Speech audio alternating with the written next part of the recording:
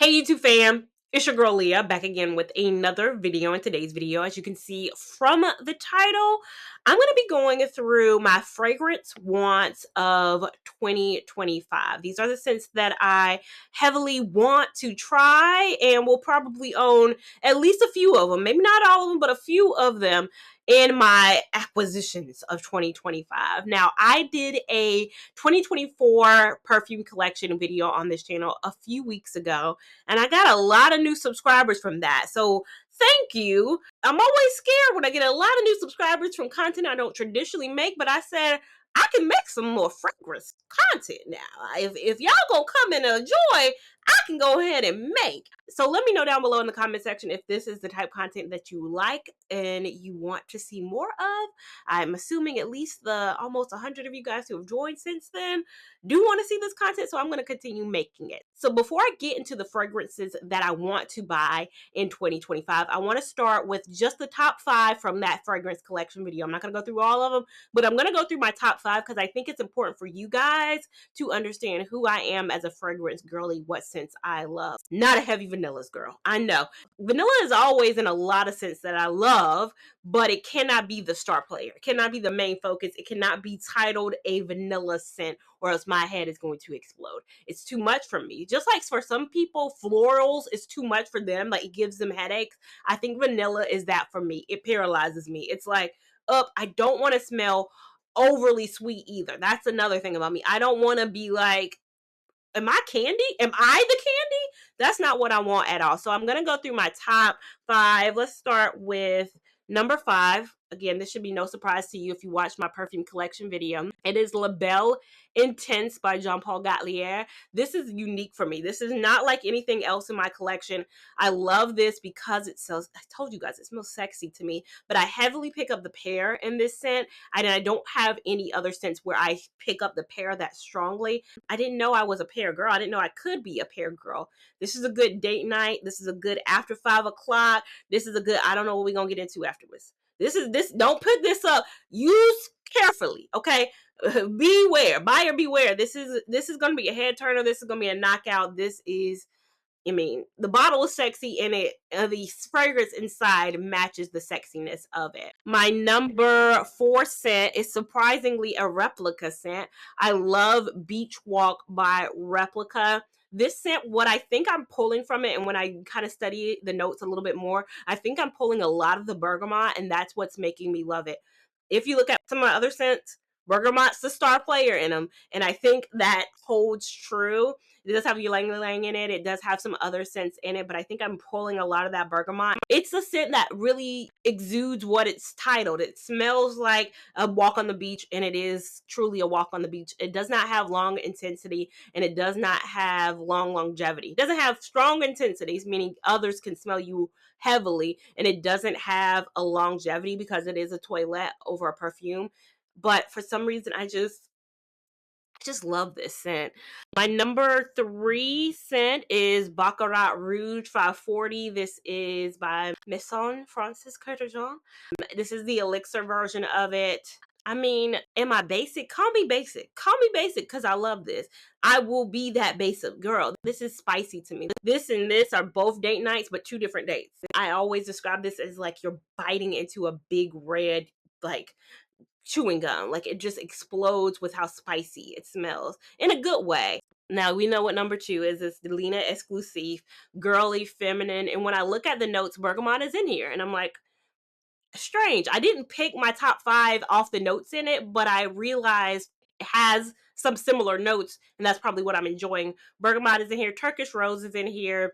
Has a lot of other great staples that I think mix and gel together to make a perfect scent. And then my number 1 is YSL Libre. I like both. I've really been loving both. I loved the original YSL Libre, and then I have loved the YSL Libre Intense since I got it. I reach for both constantly, but this of course has been used more because I've had the regular longer. I'm a white florals girl till the day I die. That is who I am. I'm white. Florals is my number 1 top. I'm a florals girl. And then looking at the notes, lavender's in that high positioning. But then we also have that bergamot. 3 out of my top 5 have bergamot in them as a scent. I just need to come to terms that I am the keynote bergamot base, probably a musk in it. If you see a lot of my 5 through 25 or 27, however many scents I have, you'll see a lot of white florals are in the top, like My Way. There's a little bit of fruity florals in there as well. So again, let's just keep that in mind as I go through my want. So you don't throw out, some people be like, you need to try this. Yo, that ain't in my scent. You throwing out a vanilla. You gotta try Kayali vanilla. I don't need to touch fire to know it's hot. Okay. I know it's not for me. Also, while I'm just noting how much of a floral girl I am, if you follow me on Instagram, I went to a fragrance making class here in Charlotte, a place called Note and Accord. It was so fun.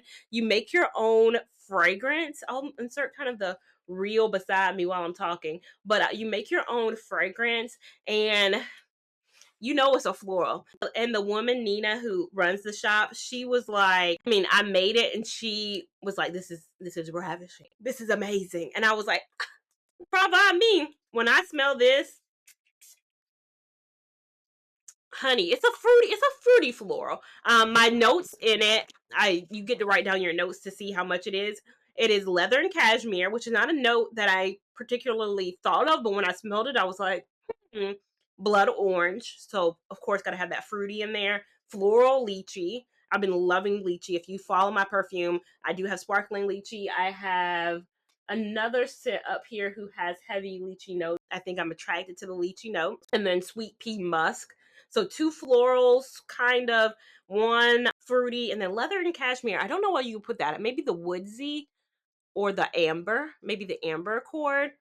Don't know, but oh, to die for. To die for. If you are a fragrance girl, go for your birthday, go for friends.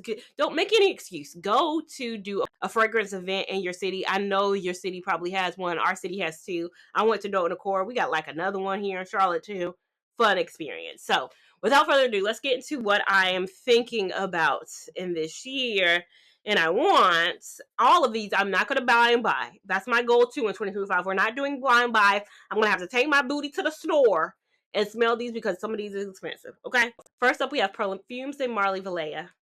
The top notes in that is a bergamot, a mandarin, and a white peach. The heart notes, so the middle notes are orange flower, and the base notes are a musk. It has other words in here too. I can't pronounce it. I ain't going to even act like I can. But it's described as a floral, musky, woody fragrance.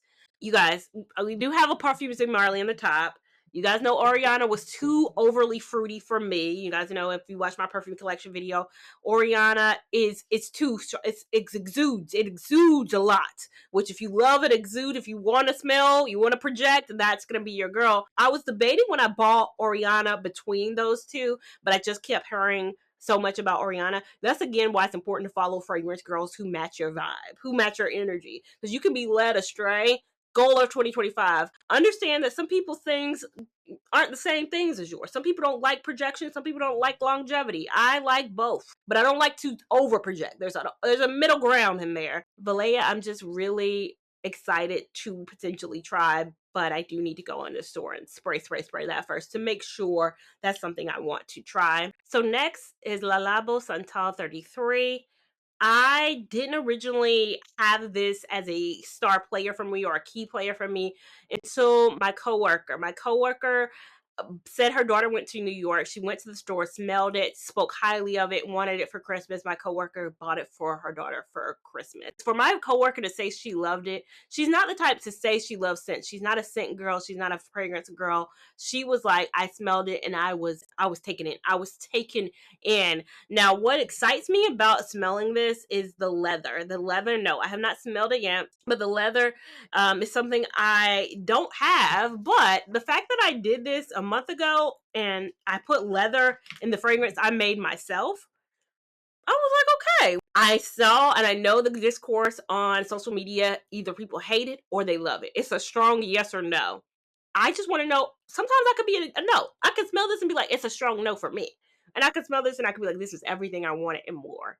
That is a want for me to smell first because it's expensive. And I think they don't sell it everywhere. That's another thing about it. Why y'all be selling expensive scents that I cannot smell and I got to go to stores? I'm going to have to go to South Park for this. This is a lot. This is a lot. Now, my next scent is a scent family. Well, it's a brand family. I cannot pick out which scent is speaking to me more by the notes in it. Now, the scent family is from Byredo. Byredo, you've seen probably all their scents. They have so many scents, but I've heard varying things about each. Now, the first one we have is Mojave Ghost. It's known as a woody.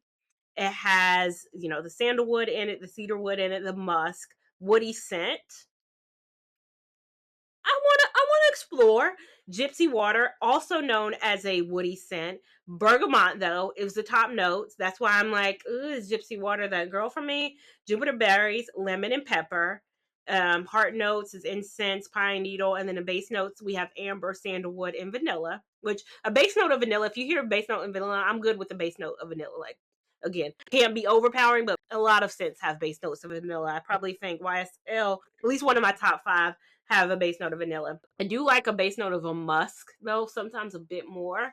But vanilla, amber, all of these are base notes that are similar. The base note in the fragrance I made at Note and Accord is a vanilla as well. So you have to start with an accord first, and the accord I chose was a vanilla accord. And then we have Blanche. It's known as a floral. That's why that speaks out to me. It does have peony and violet in it, base note of a musk and a sandalwood. Blanche and Gypsy Water speak to me the most. That's why I'm thinking about them. But they have so many other scents in the family. But my top 2 that I really need to get my hands on, Gypsy Water and Blonde. And I'm excited to get one from this line because I am, in 2025, going to end with one scent from Byredo. The next scent, I think I want to try Kilian's Rolling in Love. I don't hear a lot of people talking about it. Love Don't Be Shy, I think, gets the most love. And if you saw my fragrance collection video, I think it smells just like Oriana, just a weak, like a little bit tad less strong. So that makes me love Don't Be Shy more than I love Oriana. However, I do think that I could find something else from Kilian that I love. Rolling in Love is described as a white scent, laying different textures along the scents trail with notes of amberette seeds, almond milk, iris, and musk. For me, I don't know. I gotta smell it. I gotta go to the store and smell this. I can probably go to a Sephora and smell it, but the perfume notes are almond milk, iris, and musk. I don't think I have anything almond milk heavy, musk based. It's calling my name. Next, we have Gucci Bloom, and I mean, it's a floral of all florals. Like, I don't understand why I don't have any of the Gucci floral release scents already. Like, I feel like I'm behind in the fact that I don't own anything from that line. I'm gonna own something from that line probably early Q1 of 2025. I'm just called into those scents. The next scent I have to have is the Kayali Juicy Apple. I don't have anything very apple heavy. It does have other berries in it. It does have lychee in it. It has some great notes that are speaking to me. I think it also has a jasmine thrown in there as well. Notes that speak to me. Kayali, I like sparkling lychee. That's the only fragrance I have from the Kayali line. I want more.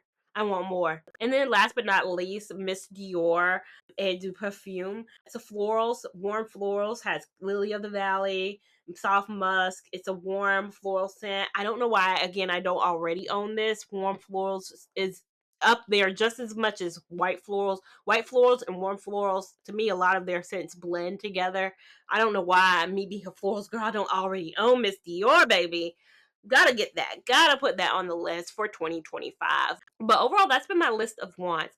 Is there anything I should potentially add to my list of wants? If I hear nothing else down below, these will probably be the only ones I'll be having my head up for, my peekers out for in 2025. I don't want to overbuy, become an over consumer of fragrances. I think I have a pretty good mix right now, but I'm always on the hunt for different occasions, call for different things. Again, this and this good fall. I mean, all of these are good. Everything in my top 5 is good year round. I do think I pick up Beach Walk a little bit more spring and summer, but my other top 4, Delina, the Bogart Rouge, I think they go year round. But I do like to explore and I want to smell different.